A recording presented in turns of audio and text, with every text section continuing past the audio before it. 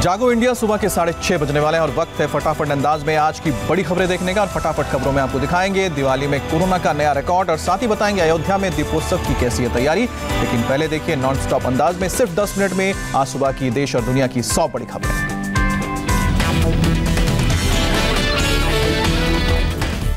बिहार चुनाव में जीत के बाद एनडीए दलों बीजेपी, जेडीयू, हम और वीआईपी पार्टी की बैठक आज। मीटिंग के बाद नई सरकार से शपथ ग्रहण की तारीख पर फैसला होगा। नीतीश ने पटना जेडीयू दफ्तर में पार्टी के चुने गए 43 विधायकों से मुलाकात की। अलग अलग प्रकोष्ठ के पदाधिकारियों से भी मिले।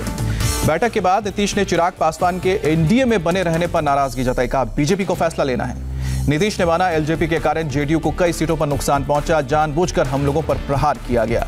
मुख्यमंत्री पद पर खुलकर नहीं बोले नीतीश कुमार। का एनडीए का फैसला होगा कबूला, मेरा कोई दावा नहीं। अपने अंतिम चुनाव वाले बयान से पलटे नीतीश। कहा हर अंतिम चुनाव सभा में बोलते रहे हैं कि अंत भला तो सब भला। तेजस्वी ने नीतीश पर साधा निशाना। कहा थोड़ी भी नैतिकता बची है तो मुख्यमंत्री पद से इस्तीफा दें। तेजस्वी ने कहा चुनाव में हारे नहीं जीते हैं, जनता का फैसला महागठबंधन के पक्ष में, चुनाव आयोग का नतीजा एनडीए के पक्ष में। तेजस्वी बोले बीजेपी धन बल और छल के बावजूद महागठबंधन को नहीं रोक पाई, आरजेडी सबसे बड़ी पार्टी बनी। पटना में आरजेडी के विधायक दल की बैठक हुई। विधायक दल के नेता चुने गए, बाद में महागठबंधन के सभी नेता चुने गए। तेजस्वी बिहार के मुख्य चुनाव अधिकारी ने खारिज किया तेजस्वी का आरोप। का मतदाताओं ने किया जीत और हार का फैसला।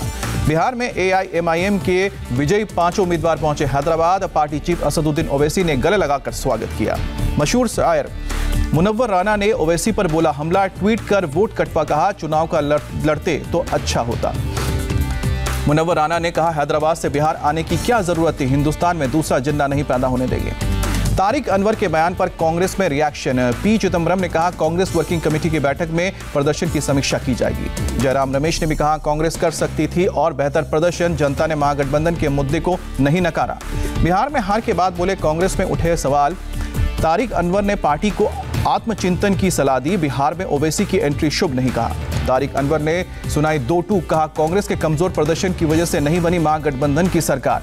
जीतन राम मांझी हम पार्टी के विधायक के नेता चुने गए। कहा कोई मंत्री पद नहीं करेंगे स्वीकार।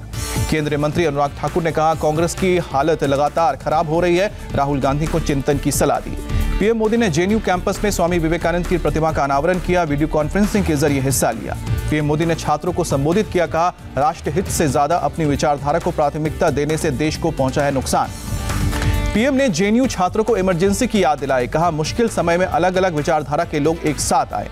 पश्चिम बंगाल बीजेपी प्रदेश अध्यक्ष दिलीप घोष के काफिले पर हमला। अलीपुरद्वार में गाड़ी पर पत्थर फेंके गए, गाड़ी के शीशे चकनाचूर। काफिले में पीछे की 2 गाड़ियों पर फेंके गए पत्थर। गोरखा जनमुक्ति मोर्चा पर काले झंडे दिखाने और काफिले पर पथराव करने का आरोप लगा। दिलीप घोष ने कहा हमला कोई नई बात नहीं है, ममता सरकार गाड़ियां तोड़ सकती है, मनोबल नहीं। कोलकाता में बीजेपी कार्यकर्ताओं का जोरदार प्रदर्शन। अलीपुरद्वार में दिलीप घोष के काफिले पर हमले का विरोध किया। बंगाल के दुर्गापुर में टीएमसी के 2 गुटों में झड़प। एक कार्यकर्ता की मौत, 2 गंभीर रूप से घायल। ममता की पार्टी में गुटबाजी। हरिपाल सीट से टीएमसी विधायक बेचारा मन्ना ने इस्तीफा दिया। ममता सरकार में नंबर 2 शुभेंदु अधिकारी ने बगावती तेवर दिखाए। नंदीग्राम दिवस के दिन मिदनापुर में पार्टी से अलग अपनी जनसभा की। ममता कैबिनेट की बैठक में नहीं जा रहे हैं शुभेंदु अधिकारी, जल्द ही बीजेपी में शामिल होने की चर्चा। दिल्ली में कोरोना का कहर तेज। एक दिन में 104 लोगों की मौत हुई। कोरोना काल में दिल्ली में एक दिन में सबसे ज्यादा मौत का आंकड़ा। दिल्ली में एक दिन में 7053 नए केस सामने आए और राजधानी में एक्टिव केस की संख्या 43,116 तक पहुंची। दिल्ली हाई कोर्ट ने केजरीवाल सरकार को 33 निजी अस्पतालों में 80% आईसीयू बेड कोरोना मरीजों के लिए रिजर्व रखने को मंजूरी दी। सिंगल जज के फैसले पर रोक लगाई। कांग्रेस नेता सचिन पायलट हुए कोरोना पॉजिटिव, खुद ट्वीट कर जानकारी दी। संपर्क में आने वालों को टेस्ट कराने की सलाह। देश में एक दिन में कोरोना के 43,861 नए पॉजिटिव केस, 521 मरीजों ने दम तोड़ा। देश में कोरोना का ग्राफ 87,27,000 के पार पहुंचा। 24 घंटे में 48,000 से ज्यादा लोग रिकवर भी हुए। महाराष्ट्र में 24 घंटे में कोरोना से 4,496 लोग संक्रमित हुए, 122 लोगों की मौत हुई। उत्तराखंड के सीएम की ने बैठक की। सार्वजनिक जगहों पर सोशल डिस्टेंसिंग और मास्क पहनना अनिवार्य होगा। तेलंगाना में भी दिवाली पर पटाखे जलाने पर रोक लगी, हाईकोर्ट का फैसला। अयोध्या में भव्य दीपोत्सव की तैयारी। आज छोटी दिवाली पर जलाए जाएंगे रिकॉर्ड 5,51,000 दिए। सीएम योगी भी शामिल होंगे।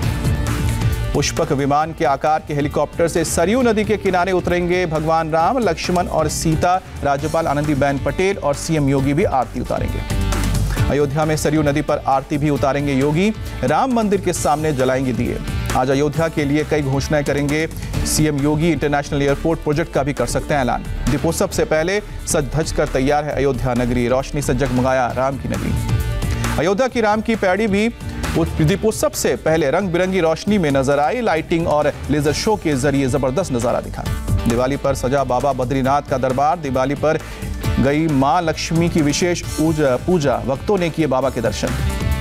धनतेरस पर देश भर के बाजारों में उमड़ी भीड़। दिल्ली में आईटीओ पर लगा जाम, घंटों फंसे रहे लोग। धनतेरस के दिन दिल्ली के बाजारों में भीड़ दिखी। लाजपत नगर मार्केट से लेकर सरोजिनी नगर मार्केट तक पैर रखने तक की जगह नहीं। धनतेरस पर ज्वेलरी शोरूम और बर्तन की दुकानों पर भी भारी भीड़ दिखी। सोशल डिस्टेंसिंग करते हुए कोई नजर नहीं आया। मुंबई में भी दिवाली से पहले बाजार में भारी भीड़, बिना मास्क लगाए खुलेआम घूमते नजर आए लोग। एमपी के सीएम शिवराज सिंह चौहान ने धनतेरस पर पत्नी साधना सिंह के साथ खरीदारी की। चांदी का सिक्का और बर्तन भी खरीदा। कानपुर में भी दिवाली की खरीदारी के लिए उमड़ी भीड़। बाजार में कोरोना के गाइडलाइन की धज्जियां उड़ी। कर्नाटक के कलबुर्गी में लोगों को कोरोना का खौफ नहीं, सुपरमार्केट में उड़ी सोशल डिस्टेंसिंग की धज्जियां। अमेरिकी सिंगर मैरी मिलबेन ने गाया ओम जय जगदीश हरे भजन। दिवाली की मौके पर शुभकामनाएं भी दी। गाने के दौरान भारतीय परिधान में नजर आ रही हैं मैरी मिलबेन, सोशल मीडिया पर हुआ वायरल। भारत के दबाव का असर, पाकिस्तान ने 1210 मोस्ट वांटेड आतंकियों की लिस्ट जारी की। पहले 19 नाम मुंबई आतंकी हमले से जुड़े हैं। पूर्व अमेरिकी राष्ट्रपति बराक ओबामा ने अपने संस्मरण ए प्रॉमिस लैंड राहुल का जिक्र किया। नर्वस छात्र से तुलना की। ओबामा ने कहा राहुल उस छात्र जैसे हैं जो अपने शिक्षक को प्रभावित करने की कोशिश करता है लेकिन अपने विषय में महारत हासिल नहीं है। म्यांमार चुनावों में आंग सान सूची की पार्टी की जीत पर पीएम मोदी ने बधाई दी। कहा लोकतांत्रिक परिवर्तन का एक और कदम। पंजाब के किसान संगठन कृषि कानून पर आज दिल्ली में केंद्र सरकार से करेंगे बातचीत। कृषि मंत्री नरेंद्र तोमर और रेल मंत्री पीयूष गोयल रहेंगे मौजूद। महाराष्ट्र के औरंगाबाद में एक साधु पर हमला, जख्मी हालत में अस्पताल में भर्ती। 7 से 8 अज्ञात लोगों के खिलाफ केस दर्ज हुआ।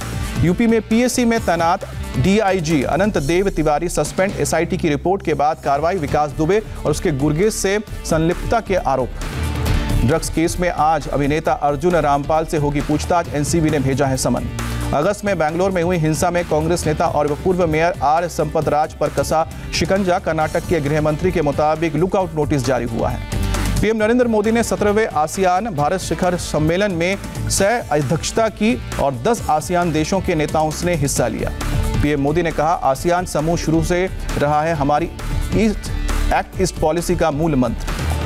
30 नवंबर को होने वाली वर्चुअल एससीओ समिट की मेजबानी करेगा भारत। सभी 8 सदस्य देशों ने न्योता दिया। केंद्रीय गृह मंत्री अमित शाह ने कच्छ के आशापुरा मंदिर में पूजा अर्चना की। राज्य के सीएम विजय रूपानी भी साथ रहे। गुजरात दौरे पर गृह मंत्री अमित शाह कच्छ में विकास उत्सव 2020 कार्यक्रम का उद्घाटन किया। कच्छ में गृह मंत्री सरपंचों को दिया भरोसा। कहा केंद्र सरकार आपके साथ खड़ी है। स्कॉर्पियन सीरीज की 5वीं सबमरीन वागीर हुई लॉन्च, जल्द ही नौसेना में शामिल होगी। आर्मी चीफ मनोज मुकुंद नरवणे के उत्तराखंड दौरे का दूसरा दिन। कई इलाकों में सुरक्षा व्यवस्था का जायजा लिया।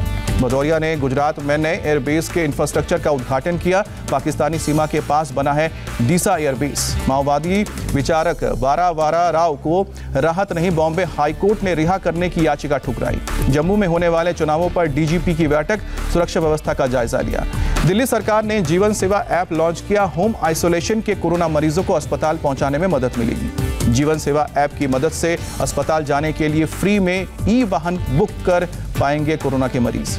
मनी लॉन्ड्रिंग केस में चंदा कोचर के पति दीपक कोचर को राहत नहीं, कोर्ट ने खारिज की जमानत की अर्जी। दिल्ली के गांधीनगर में कपड़े के शोरूम में आग लगी, लाखों का सामान जलकर खाक हुआ। तंग गली में होने की वजह से आग बुझाने में काफी दिक्कत आई। फायर ब्रिगेड की 26 गाड़ियों ने आग पर काबू पाया।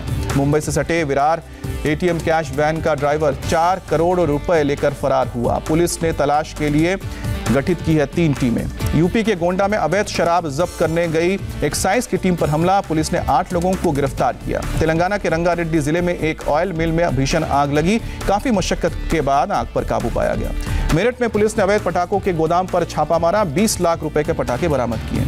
इंदौर में पुलिसकर्मी की गुंडागर्दी, गाड़ी के दरवाजे से टकराने पर एक बाइक सवार की जमकर पिटाई की, पुलिसकर्मी की लापरवाही से गिरा था बाइक का सवार। मुंबई के कांदिवली में 2 लोगों को मोबाइल स्नैच करना महंगा पड़ गया। पीड़ित के पकड़ने पर स्कूटी से गिरे, बाद में नंबर प्लेट के आधार पर पुलिस ने गिरफ्तार किया।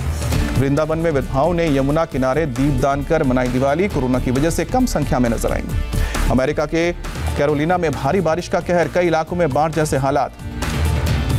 नॉर्थ कैरोलिना में भारी बारिश से बिगड़े हालात, जगह जगह पानी में डूबी नजर आई गाड़ियां। इटली में फिर बड़ा कोरोना का प्रकोप, पॉजिटिव मरीजों की संख्या 10 लाख के पार। 2 महीने के दौरे पर ऑस्ट्रेलिया पहुंची 25 सदस्यीय टीम। सिडनी में 14 दिन के क्वारंटीन और ट्रेनिंग से शुरुआत करेंगी टीम इंडिया। यूएई से लौटने पर क्रिकेटर कुणाल पंड्या मुंबई एयरपोर्ट पर रोके गए। सोना और कई दूसरे सामान बरामद हुए। केंद्र सरकार ने 2,65,000 रुपए के तीसरे आर्थिक पैकेज का ऐलान किया। वित्त मंत्री निर्मला सीतारमण ने नए रोजगार पैदा होने का भरोसा जताया। अक्टूबर में खुदरा महंगाई दर 7.1% रही। 6.5 साल में सबसे ज्यादा रही है महंगाई दर। एक्टर आसिफ बसरा ने हिमाचल प्रदेश के धर्मशाला में अपने घर में खुदकुशी की। जब वी मेट कोई और काई पोचे समेत कई फिल्मों में काम किया है। मनोज बाजपेयी, करीना, प्रियंका और अनुष्का शर्मा समेत बॉलीवुड की कई हस्तियों ने दी आसिफ को श्रद्धांजलि। मनोज बाजपेयी ने कहा, शॉकिंग।